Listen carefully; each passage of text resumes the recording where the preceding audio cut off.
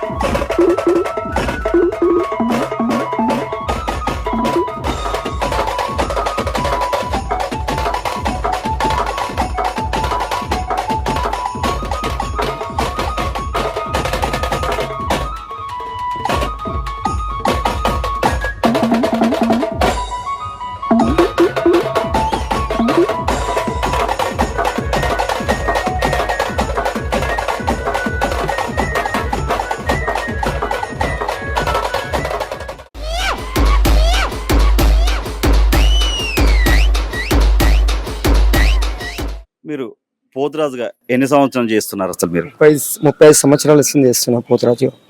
మీరే ఫస్ట్ టైమా మీ తరతరాలుగా చేస్తున్నారు? మా ఇంట్లో ఎవరేలే, నాకు ఆట చాలా షోక్ ఉండి ఒక గురు మహారాజు బట్టి తీసుకెళ్ళి మా మహేష్ శిష్యబంధం నుంచి మా ఉస్తాద్ మల్లేష్ అన్న ఆయన తీసుకెళ్లి నాకు పోతురాజు చేయడం జరిగింది. దాని తర్వాత మా చింటూ పోతురాజు నా సొంతంగా నేను తయారు చేయడం జరిగింది. ఇట్లా వేసుకుంటా ముందు వెళ్తున్నాం మేము. ఎందుకంటే గోల్కొండలో కూడా పోతురాజు చేస్తాము. ప్రతి జాగాలో ఎక్కడెక్కడ మాకు పిలిస్తే అక్కడక్కడ వెళ్ళి మేము పోతురాజు చేస్తాము. కానీ మాకు ఆదాయం అని ఏం లేదు. ఇప్పుడు ఫస్ట్ గవర్నమెంట్ ఉండే మన తెలంగాణ ప్రభుత్వం ఉండే, కేసీఆర్ కేటీఆర్ ఉండే, వాళ్ళు చేస్తామని ఆశపడ్డాం. కానీ ఆ ఆశ నిరాశలు చేసేసారు. అంటే కళాకారులను ఎవరు మాత్రం పట్టించుకోలే. ఇప్పుడు రేవంత్ రెడ్డి వచ్చింది. రేవంత్ రెడ్డి ఏమన్నా మా కళాకారుల కోసం ఏమైనా చేస్తాడా చేయడా అని ఒక ఆశ కూడా ఉంది మాకు. మేము కూడా ఇప్పుడు ఉన్న సంఘాలతోటి లెటరేట్ పెట్టి అది పెట్టి ఇది పెట్టి తనలాడుతున్నాం. గత 3-4 ఏళ్ళ వస్తుంది తనలాడుతున్నారు పెద్ద మనుషులు. ఇప్పుడు కులం పెద్ద మనుషులు ఉంటారు, అంటే మా సంఘంలో బండారు పట్టుకున్న పెద్ద మనుషులు తనలాడుతున్నారు. అరే మాకు పింఛని కావాలి, పోతురాజులు అంటే చిన్నగా ఉంటారు, వాళ్ళది ఏం చిన్న సమ్మేరికలు వస్తారు. సమ్మేరికలు వచ్చి ఏంటంటే పోతురాజు అంటే సమ్మేరికలే వేస్తాడు, ఏదో ఉన్నవారు వేయరు. అమ్మవారు కూడా ఏం చేస్తుంది అంటే ఆ సమ్మేరియా ఉన్నవారికి ఆ పోతురాజు అనేది కళ పుట్టిస్తుంది అమ్మవారు. ఎట్లా అంటే ఈయనకు పోతురాజు అయ్యిరా అన్నట్టు ఒక ఆశ పుట్టుకొస్తుంది. ఒక పోతురాజును చూసి ఒక వైబ్రేషన్ అంటే పెయ్యి అంతా వైబ్రేషన్ అయ్యి నేను పోతురాజు చేయాలని ఒక కళ వస్తుంది. చాలా ఆ కళలా ఏం చేస్తారంటే అన్నా నేను పోతురాజు చేస్తా అంటే ఆ గురువు ఏం చేస్తారంటే మీ అమ్మ నాన్నని అడగాలి, మీ ఇంట్లోని అడిగినాక నేను పోతురాజు చేయించడం జరుగుతుంది అంటే ఆ గురువు దగ్గర పోయినాక ఆయన గురువు వచ్చి తల్లిదండ్రులను అడిగి ఇట్లా బండారు వేస్తుంటాడు మీ పిల్లగాడు అంటే అప్పుడు దానికి తల్లిదండ్రులు అగ్రి అయితే అప్పుడు పోతురాజు అనేది వేషం అనేది ధరిస్తాం. ఆ వేషం ధరిస్తాం మాకు, కానీ ఆదాయం లేదు. ఎందుకంటే ఈ గవర్నమెంట్ మాకు పట్టించుకోవాలి. గవర్నమెంట్ తరఫున మీకు ఏం కావాలని అనుకుంటున్నారు? గవర్నమెంట్ తరఫున మీకు ఏదైతే బాగుంటుంది అనుకుంటున్నారు? మాకు ఏదో కావాలని కోరుకుంటలేం. మా ఉన్న పోతురాలను పట్టించుకొని ఏదైనా చేయాలి గవర్నమెంట్. అంటే వీళ్ళు ఇప్పుడు చిన్నగా పోతురాజు చేసుకుంటా పోతున్నారు, కానీ మేము పోతురాజు చేసిన ఒక్క నెల నడుస్తుంది మాకు కారోబార్. అంటే ఒక నెల మాకు ఆడిడ పిలిచి ఏదో 4 పైసలు ఇచ్చి మేము పోతురాజు చేసుకుంటాం. ఒక్క నెల తర్వాత మాకు ఎవరు పట్టించుకోరు. ఎందుకంటే ఒక రైతుకు జరిగిన అన్యాయమే మాకు జరుగుతుంది. ఇప్పుడు ఈ పోతురాళ్ళకు కూడా జరిగేది ఏంటంటే చాలా కష్టంగా జరుగుతుంది. ఈ పోతురాళ్ళని పట్టించుకోవాలని ఆ గవర్నమెంట్ కోరుకుంటున్నా. మీరు యూట్యూబ్ వాళ్ళ ఛానల్ వారు వచ్చినందుకు నేను చాలా గౌరవపడుతున్నా. మీరు కూడా మా ఇదంతా తీసుకెళ్ళి గవర్నమెంట్కి వినిపించాలని మేము మీతో మనీ చేసుకుంటున్నాం. ఆ, మీ పేరేం పేరండి? చింటూ పోతురాజ్. మీరు ఎన్ని సంవత్సరాలు చేస్తున్నారు? 13 సంవత్సరాల నుంచి. మీ గురువారు ఎవరు? బుచ్చం పోతురాజ్, నాంపల్లి. ఓకే. మామూలుగా మీరు ఇప్పుడు అమ్మవారి ముంగట మామూలుగా బోనాలకి అన్నిటికీ మీరు పోతురాజు వేషం కట్టి వాడుతూ ఉంటారు కదా, మీకు ఏమైనా డబ్బులు వస్తాయా? వస్తాయండి. ఏ విధంగా? పోతురాజ్ వేస్తే డబ్బులు ఇస్తారు. ఎవరు ఇస్తారు? ఆర్డర్ కి పిలుస్తారు కదా, వాళ్ళు ఇస్తారు. అమ్మవారికి కాపలాగా పోతురాజు ఎప్పుడు అమ్మవారి అంటే ఉంటారు. అసలు బోనాల పండుగల పోతురాజు ప్రత్యేకత ఏంటి? అది మా ఉస్తాద్ పేరు చెప్పినాక నేను చెప్తాను. మా ఉస్తాద్ పేరు బాబు ఉస్తాద్. నాంపల్లిలో ఉంటాము. నా పేరు బుచ్చం పోతురాజ్. అయితే ఇది గ్రామ ఈ అమ్మవారి దగ్గర ఉండే పోతురాజ్ ఏంటంటే ఒక బొడ్రాయి. ఒక బొడ్రాయి అంటే మన ఊరు అవతల పెడతాం. ఊరు అవతల పెడతాం. ఎందుకంటే ఏ కీడు రాకుండా, ఏ నరబలి కాకుండా, ఏది దయ్యం భూతం ఏది రాకుండా ఈ పోతురాజు అంటేనే అమ్మారు కాపలా.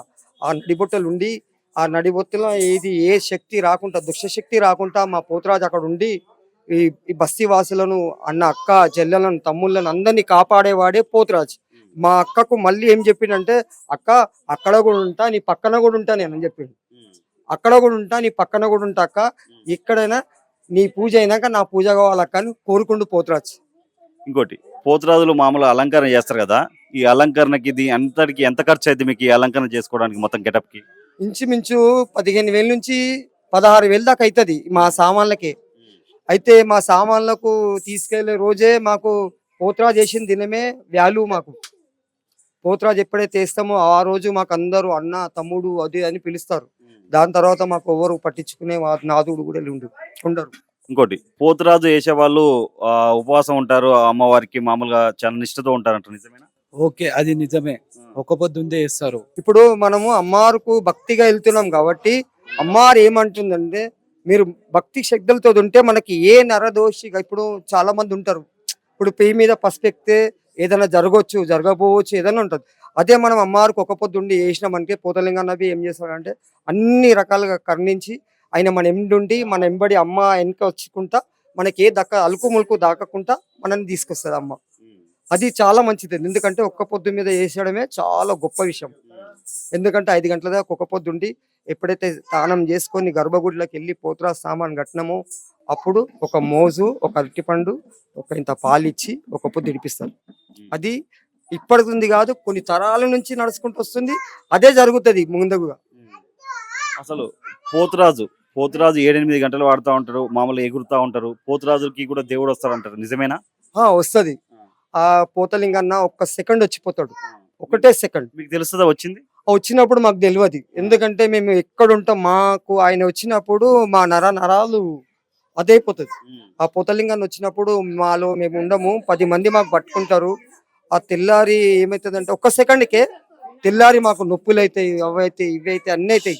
పోతలింగన్న మా ఎంబడి ఉన్నాడు కాబట్టి, ఏ అలుకుములుకు లేకుండా ఇప్పుడు కూడా కొనసాగిస్తున్నాం. ఆ దేవుడు మా 7 మంది అక్క చెల్లెలు మాకు ఎప్పటికీ ఆశీర్వాదిస్తూనే ఉన్నారు.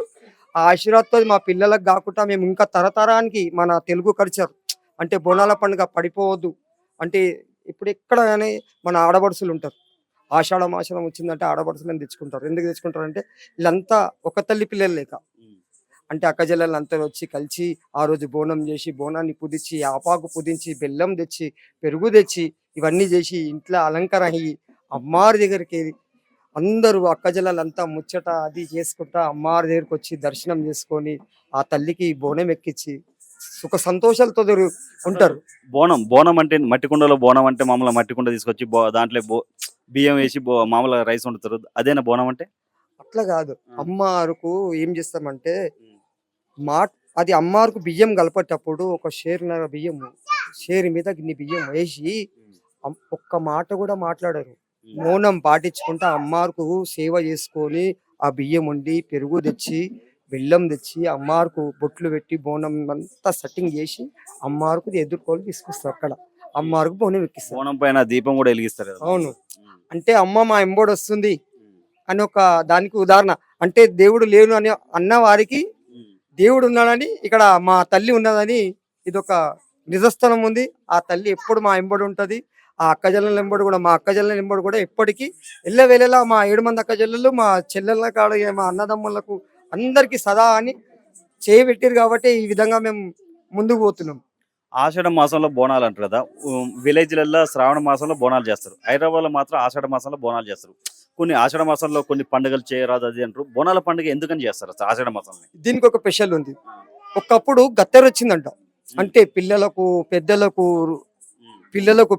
ఒక గత్తెర వచ్చి ఏమైపోయిందంటే చాలా మంది రోగాలతో ఇది అయిపోయి చాలా బొబ్బెలు వేస్తే అప్పుడు పెద్ద మనుషులు కూకొని మన గ్రామ దేవునికి ఎట్లా చేయాలి ఏం కథ ఇట్లా అమ్మారుకు మనం బోనం చేస్తే అని పెద్ద మనుషులు చెప్తే దాని తర్వాత ఏం చేశారంటే బస్తీలంతా కూకొని అయ్యా మరి ఎట్లా చేద్దాం ఇట్లా అవుతుంది మన మొత్తం బస్తీ మొత్తం దద్దరెళ్ళిపోతుంది పిల్లలు చిల్లులు గుడ్లు గోవా అంతా అవుతుందంటే అమ్మవారికి పెద్ద మనుషులు ఏం చెప్పారంటే యాపాకు నీళ్లు సాకబెట్టి అమ్మవారికి బెల్లం పెరుగు అన్నం తీసుకొచ్చి ఆడ ఎక్కిస్తే అప్పుడు అన్ని తలిగిపోతాయి అని చెప్పారు.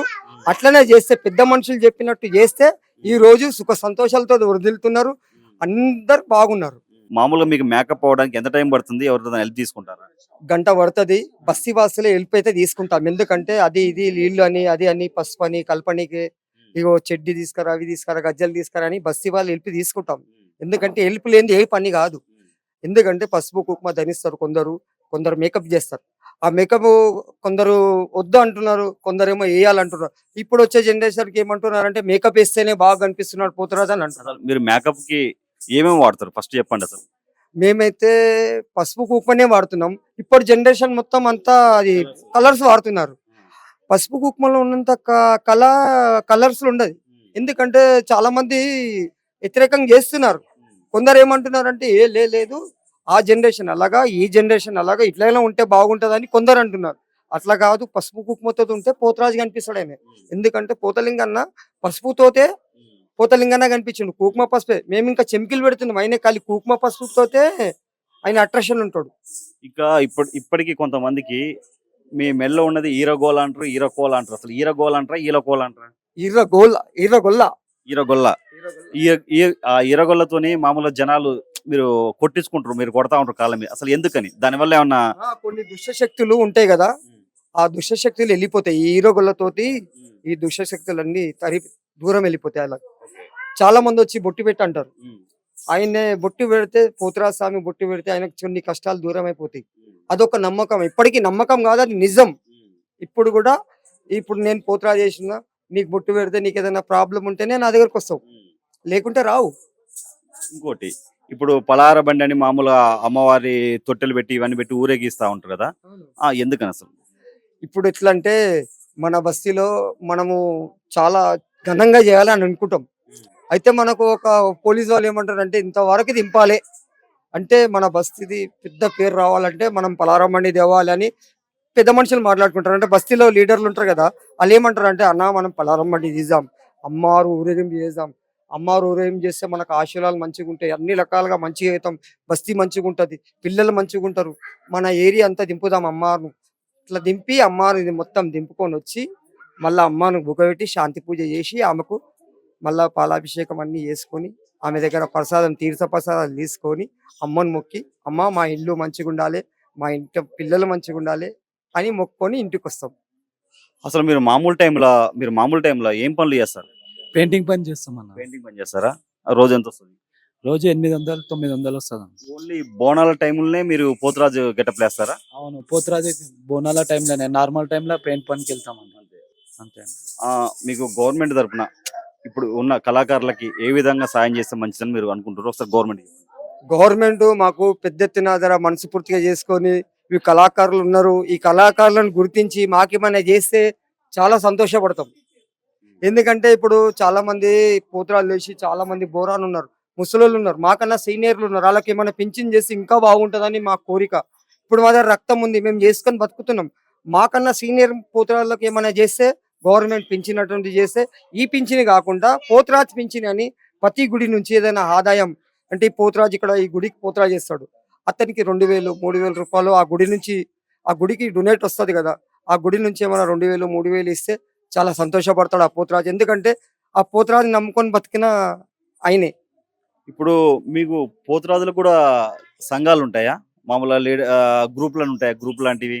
గ్రూప్ ఏమి ఉండదు, అందరం అన్నదమ్ములే. మేము ఎక్కడ ఏ సంఘం ఉన్నా గానీ అందరం అన్నదమ్ములమే.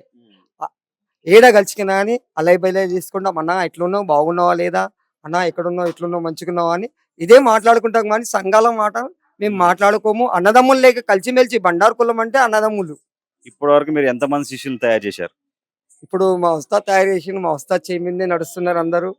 మా బాబు ఉస్తాద్ తయారు చేసిన ఆయన చేయి మీదే అందరం. ఇప్పుడు కూడా నేను ఆయన చేతిలో ఉన్నా. మీకింత ఎంతమంది? నా కింద ఒక 10 మంది ఉంటారు. Thank you. జై పోతరాజ్, జై జై పోతరాజ్.